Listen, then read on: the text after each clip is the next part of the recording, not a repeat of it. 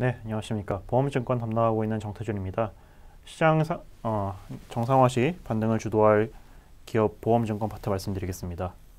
증권부터 말씀드리면 키움증권을 제시를 하고 있는데요. 다운사이드보다 업사이드가 크다라는 의견을 제시를 하고 있고요. 이 회사를 소개를 하기 전에 증권업의 지금 현재 상황에 대해서 먼저 말씀을 드리면, 증권업이 최근에 한 3월 19일을 기점으로 해서 주가가 많이 빠졌다가 또 급등을 하고 이렇게 변동성이 큰 상황을 연출을 하고 있는데, 단순히 이게 증시 급락의 영향뿐만 아니라 그 유동성의 문제까지 좀 겹쳤기 때문이다라고 판단을 하고 있습니다. 이게 ELS 해지 관련한 이슈인데, ELS를 자체 해지를 하는 방식이고 백투백 해지를 하는 방식이 있습니다. 간단하게 말씀을 드리면 ELS를 증권사가 판매를 한다고 했을 때 그 상대 포지션을 증권사가 잡게 되는데, 이 포지션을 해지하기 위해서 파생상품을 활용하게 되고요. 그 파생상품을 활용하는 과정 중에서 보통 이제 정상적인 증시 상황에서 이익을 많이 얻기 위해서 푼 매도와 비슷한 포지션을 갖게 된다고 이해하시면 될 것 같은데, 그런 상황에서는 증시가 예상치를 벗어나는 폭만큼 하락을 하게 되면 그만큼의 마진콜이 발생을 하게 됩니다. 다만 이제 일부 언론 보도에서 나온 것처럼 마진콜이 꼭 손실 규모랑 이어지는 건 아니고요. 하지만 그 마진콜이 있으면 유동성이 들어가야 되는 건 맞는 일입니다.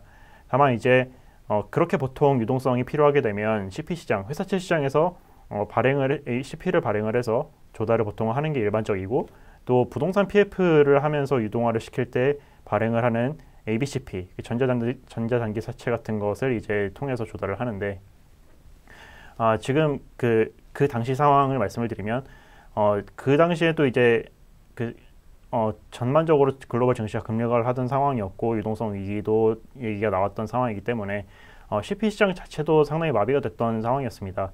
그래서 CP 발행이 안 되고 ABCP 당연히 발행이 안 되고, 근데 이제 부동산 PF에서 ABCP를 발행을 하면 매입 약정이나 매입 확약의 형태로 가게 되는데, 이게 시장에서 소화가 안 되면 증권사가 인수를 해야 되는 상황인 거거든요. 그러면 거기로도 유동성이 필요하게 되고, 그래서 전반적으로 유동성에 대한 위기가 나왔었던 것이고요. 근데 그 다음에 23일에 정부에서 RP를 통해서 유동성을 지원하겠다라는 정책을 내놨기 때문에 뭐 그 사태는 지금 일단락되었다라고 판단을 하고 있습니다. 다만 이제 앞으로도 뭐 어떤 이유에서든지 미국이나 유럽 증시가 급락을 하게 되고, 그래 뭐 급락이라고 하면 이제 뭐 하루에 10%씩 빠지는 그런 걸 말씀을 드리는 건데, 그런 상황이 발생을 한다라고 했을 때 이 대형 증권사들의 마진콜 이슈가 또 없다라고 할 수는 없는 거거든요.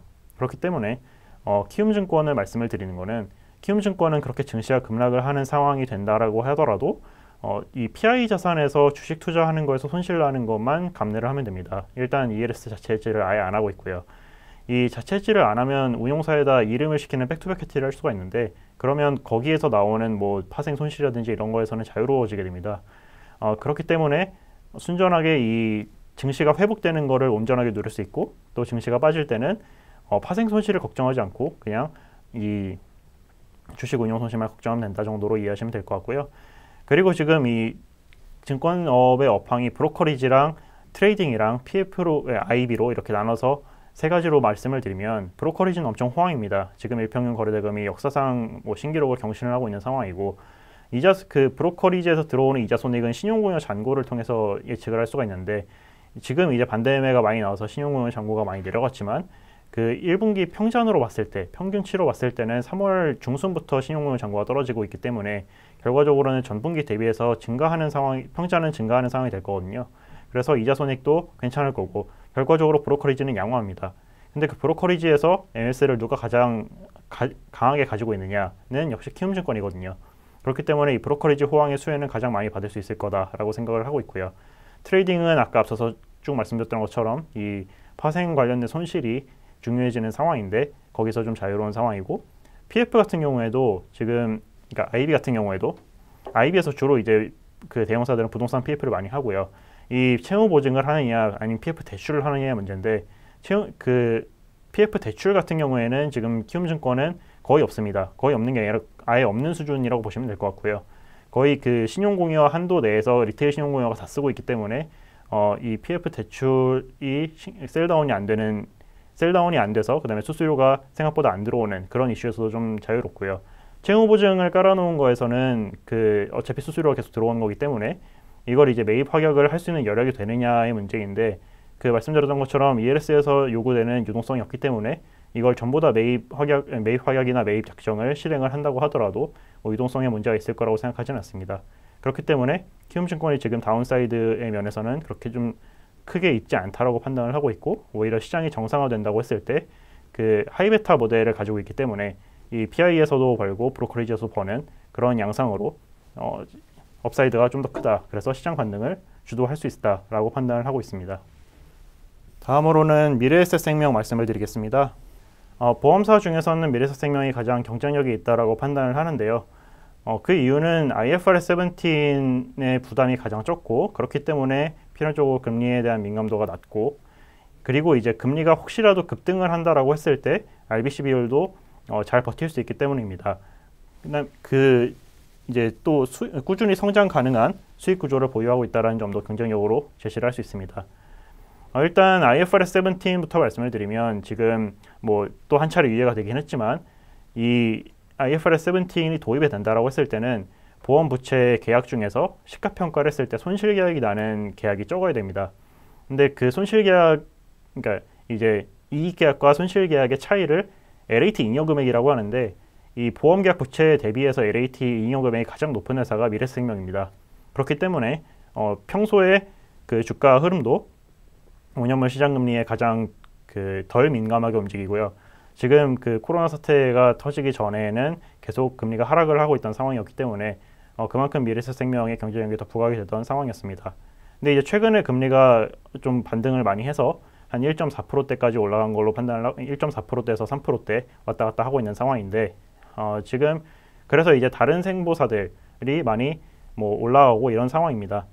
근데 이제 미래에셋생명을 그 와중에 가장 더 선호를 하는 이유는, 지금 현재 금리 상황에서 뭐 어떤 이유에서든지 위기 상황이 터져서 금리가 급등한다라고 했을 때 이 매도 가능 증권 비중, 채권 보유하고 있는 채권 중에서 매도 가능 증권 비중이 낮은 회사가 RBC 비율에, 그러니까 자본 적정성 비율의 변화가 적은데, 그게 이제 미래에셋생명에 해당되기 때문입니다.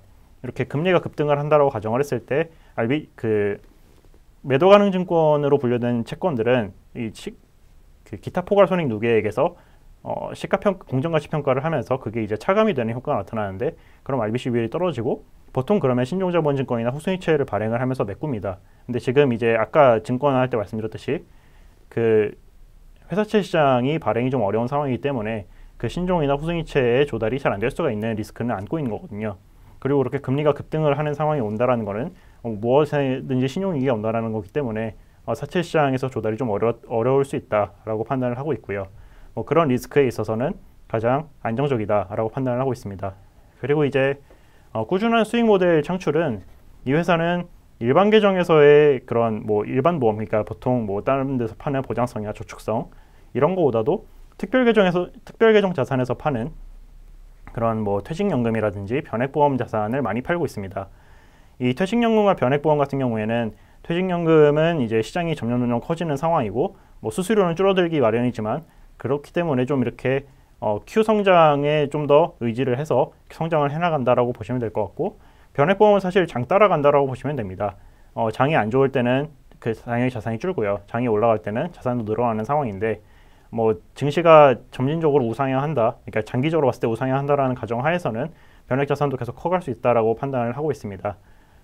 그런 면에서 지금 이제 좀 생명보험사 내에서 키움증권 같은 상황이라고 보시면 되는데, 이런 그 자본 적정성 금리에 따른 자본 적정성 비율 우려는 적고, 그리고 시장이 회복을 한다고 했을 때 반등을 주도할 수 있는 업사이드를 가지고 있다라고 판단을 하시면 될 것 같습니다. 그래서 키움증권과 미래에셋생명 두 가지 말씀드렸습니다. 자세한 내용은 자료 참고하시면 될 것 같습니다. 감사합니다.